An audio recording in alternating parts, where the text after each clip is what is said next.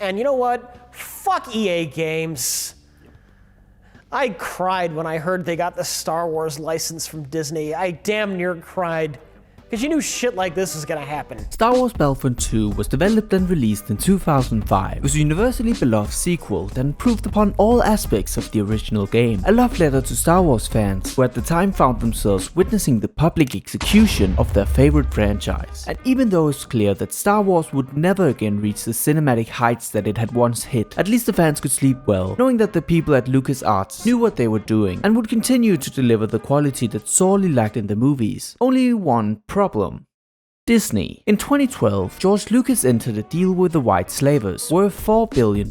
Disney were now in charge of all of Star Wars and set out to create the sequel trilogy. A LucasArts representative would state that for the time being, all projects would be business as usual and everything would remain the same. But in 2013, that changed. Disney decided to shut down LucasArts, laying off its staff and ceasing its development of 2 Star Wars games. Around 150 staff members lost their jobs as a result of the closure. Only 1 month before, Disney had chosen to cancel the much beloved Clone Wars series. So yeah, safe to say, Star Wars fans, we've had it rough these past couple of decades. But when things looked their darkest, at least the fans could take solace in the fact that things couldn't get worse.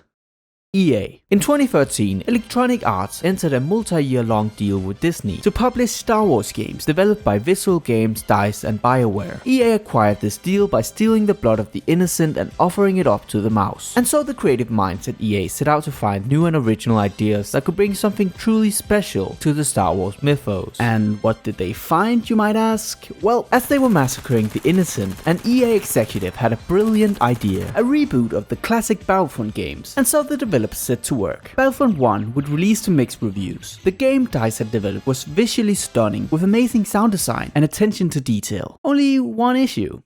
That was sort of it. The game was released with content locked behind a $50 DLC package. This understandably rubbed most players the wrong way, seeing as this was a reboot of a series that when sold collectively was worth less with much more content. When a game launches with beautiful graphics but no content, that just straight up isn't enough. There's no single player campaign, the shooting was extremely basic, with EA admitting that the game was intentionally designed to be accessible for those new to first person shooters or children, and the multiplayer quickly became repetitive due to the lack of replay value present at launch. But I mean, who cares? Not the 14 million copies sold. Battlefront would top charts, becoming a commercial success, shocking even EA, who predicted the game would sell 13 million copies. Classic EAW, onto the next one. As the copies began being shipped out to retailers and the fans were getting ready for release, EA sat back down and began brainstorming. Sitting at the table, thoughts and ideas quickly started spreading throughout the room. Knights of Republic 3, Star Wars Battlefront the Definitive Edition, Star Wars Battlefront the movie? I've got it! A Star Wars themed multiplayer shooter game with downloadable content released via title updates split into multiple seasons. Yeah, that sounds like a great idea, with no additional cost. And so Battlefront 2 was born. EA would enlist the help of DICE, a video game developer mainly known for the Frostbite engine, and in collaboration with Criterion Games and Motive Studios, they would begin development of Battlefront 2. The game would be announced to the public on May 10th, 2016, but talk of potential Battlefront sequels goes all the way back to November 16th, 2015. At E3 in 2016, EA would again go on stage and confirm that it was happening, whereon the game would continue on throughout 2016, and at E3 2017, they were ready to show off the game. I'm Janina Gavankar, and I play Commander Iden Versio, leader of the Inferno Squad in Star Wars Battlefront II. I'm also an advocate for in-depth cinema caliber story in games. Star Wars, Star Wars, Star Wars, Star Wars, Star Wars, Star Wars, Star Wars, Star Wars, Star Wars Battlefront II is much bigger than the previous title. The team at DICE heard our feedback loud and clear on the previous Battlefront and are committed to keeping this community together with themed seasons of content post-launch for all players at no additional charge. It looked like EA were genuinely listening to player feedback and trying to improve. The game was going to set the example that listening to player feedback would be rewarded. Everyone was on board, except him. I took to YouTube after watching the presentation and I saw that the trailers for Battlefront 2 had a really good like ratio, which is quite worrying to be honest, because you guys do realise they made Star Wars Battlefront 1, right? I understand that EA are trying to improve, but guys, free DLC and a campaign does not instantly mean the game's gonna be great. But that was just one guy's opinion, buried beneath the millions who disagree, most of whom never even got to see the dissenting opinion because they were too busy pre-ordering the game, waiting for the day they would be able to get their hands on it. That day would come in October when the open beta was released. And what's this, EA? Why is this in my game? The Battlefront beta arrived, and this was where the first taste of reality would kick in. EA had added loot boxes to the game and tied them directly into the progression system. Items with stat upgrades could be acquired through loot boxes, giving players willing to pay the extra fee a clear advantage. Gamers were angry. To fully understand why EA felt so comfortable implementing this pay-to-win system most commonly found in free-to-play mobile games into the $60 Star Wars title, it's important to know who we are dealing with. EA, voted Dogshit Company of the Year several times over. EA's reputation in the gaming industry supersedes them. To keep it simple, EA was able to implement this predatory system due to one simple fact: because we let them. This should not have really surprised anybody. What EA did with Battlefront II was going to happen eventually. And the reason that it was going to happen eventually is because they kept getting away with it. And we didn't get there in a day or a week or a year. It took a long time for us to get to this point, and the reason that we got to this point is because EA was allowed to get away with it.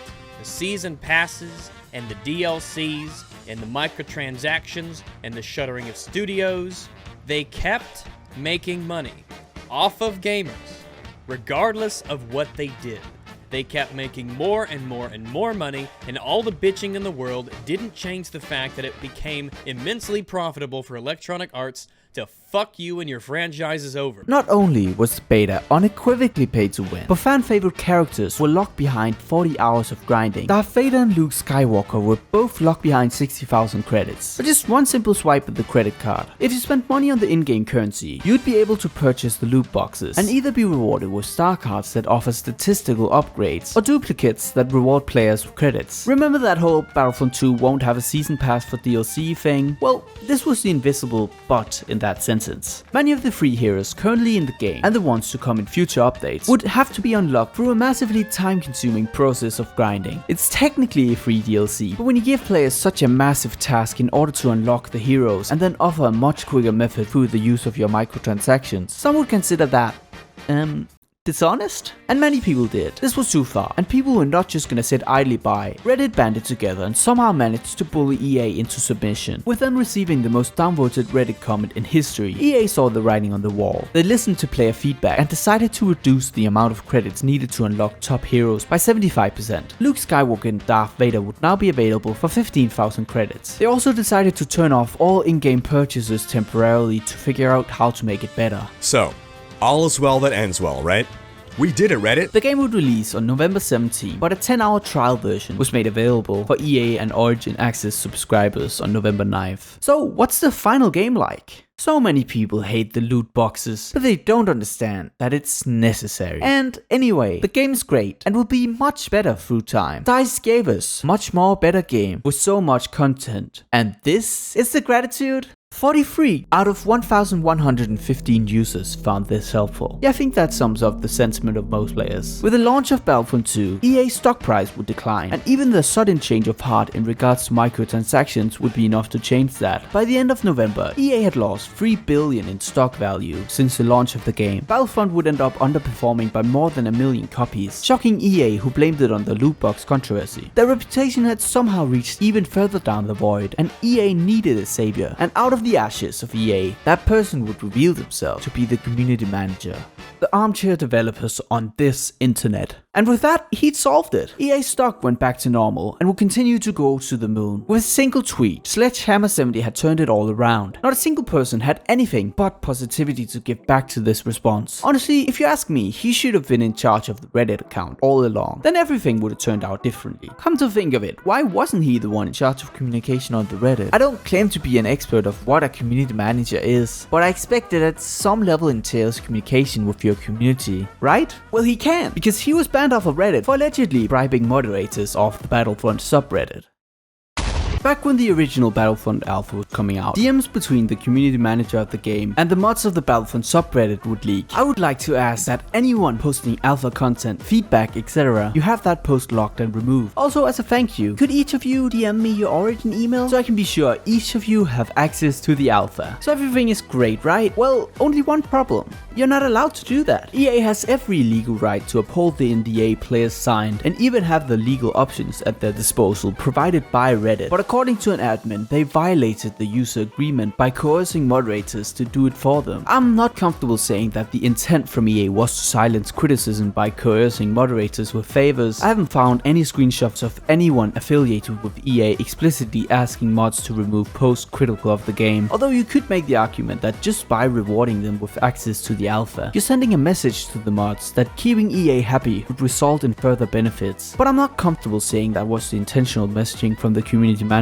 Looking into this, I came out on the other side, thinking that the dude is just kind of a boomer who has no idea how the internet works, and thinks in the midst of being dragged through the mud by literally everyone, it's a good idea to throw out vague tweets that could be interpreted to be aimed towards basically everyone. The dude refers to his age in terms of levels, that kind of says it all. But hey, I still think he should have been in charge of the Reddit account. #FreeSledgehammer70. My boy did nothing wrong, so it became glaringly obvious that vague posting on main somehow did not fix up their image. EA decided to shake up their approach, making it clear that they were listening to the feedback and that changes would be constant, with EA temporarily turning off all microtransactions. This was hopefully one step in the right direction. At this point, the attitude towards EA had been set in stone. The people were tired, and to be honest, nobody really trusted that these temporary changes would amount to anything other than temporary change, only to be reverted back to the exploitative state EA had shipped their game out in. And even if that was the case, everyone was still adamant on making sure that everyone knew about it. Exploitative microtransactions and EA had become the hot topic, with the search term for loot boxes skyrocketing to its all-time peak. The prices began flooding in. Most disappointing game, biggest disappointment, blandest game of 2017, and that's where the story ended. Battlefront 2 became a cautionary tale that greedy publishers would tell themselves to be reminded that even Star Wars fans have a limit on bullshit they're willing to take.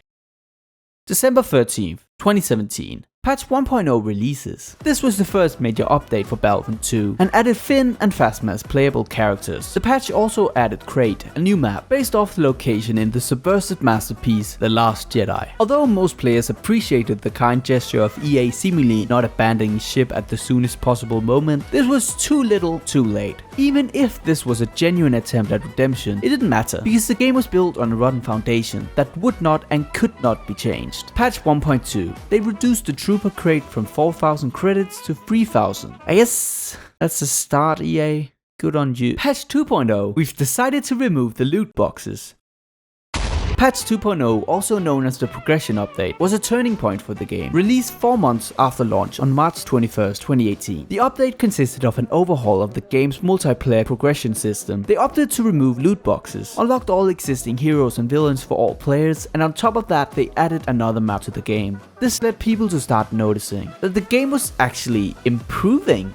I might give EA a little bit of credit. The sentence is hard to say. They got rid of loot boxes completely. Now, in addition to this, they unlocked all the heroes for everyone, and the randomized progression has been changed into something more akin to some of the old Call of Duty games, where you unlock new cards based on the level of that class, hero, or ship. Now, it's not a bad game. I can say that with full confidence. It's not the best, not as good as the old games, but it's way better than it was. Good job, EA. I can actually say that with some modicum of confidence. Good job. And with no intentions of slowing down, more updates would follow. And with that, so would the content. New game mode, new characters, and a new attitude. Whereas before all the community would be greeted with was the same corporate PR answers, the new approach worked wonders on bringing back the trust of the community, with EA acknowledging their mistakes and actively fixing them. So we launched our game in November of last year, and clearly we didn't get it quite right. So instead of coming out of the gate sprinting like we really wanted to, we had to take a step back and make sure that we were delivering the game that our players really wanted.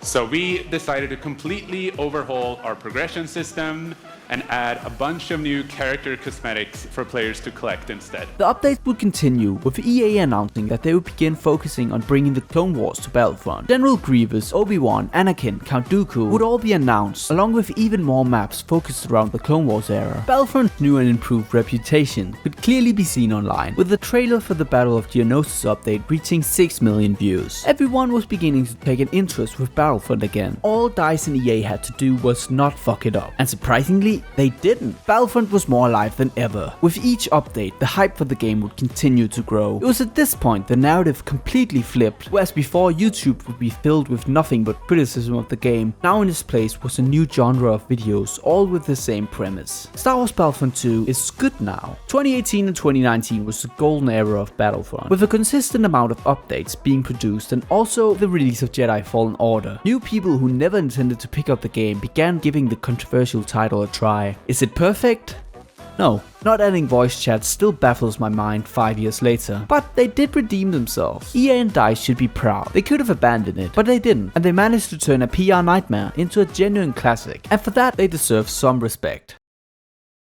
After 2+ years of free content, the vision for Star Wars Battlefront 2 is now complete. It's now been 3 years since it was announced that they would no longer be working on new content for the game. And where are we now? Following this statement, many in the community were quick to poke holes in this idea that their vision was complete, given the fact that so much content was still missing, and backed up by the findings of data miners. It was clear that DICE's plans of content were cut short before reaching completion. This would go on to be confirmed by the game's design director Dennis Brandwell, who revealed that there were plans for content to be dropped following the final update. So why didn't it? Well, the answer is pretty simple. Battlefield 2042. With the announcement of EA ending support for the game, there also came the announcement of Battlefield 6, confirmed by EA to be launching in 2021. So, if the game no longer would be supported by EA, what does the future of Battlefront 3 look like? According to leakers, Battlefront 3 was a pitched title from DICE, but ultimately the title was shut down by EA due to licensing costs. So, where does that leave Battlefront 2 today?